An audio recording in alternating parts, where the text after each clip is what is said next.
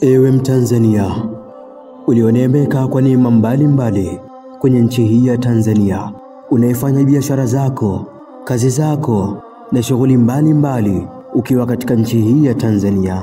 Unapangilia na kuendesha mambo yako kwa uhuru bila maudhi ya aina yoyote ile.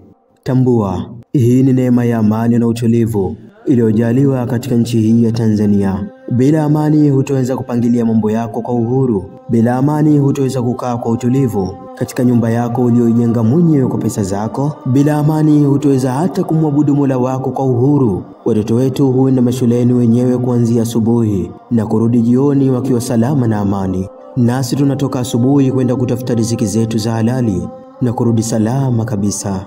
Yote hayo ni kwa sababu ya amani ya nchi yetu. Tunamshukuru sana Mola wetu na kamwe tusijaribu kuivunja neema hii ya amani katika nchi yetu hii ya Tanzania. Tusilete vurugu aina yoyote itakayosababisha kuteka kwa neema hii ya amani. Tutambue thamani ya amani katika nchi yetu. Tuitunze, tuithamini na tuidumisha daima. Tusichoke kumwomba Mola wetu aendelee kuidumisha amani katika nchi yetu. Sisi ni Watanzania halisi, tunaidumisha amani na tunaithamini.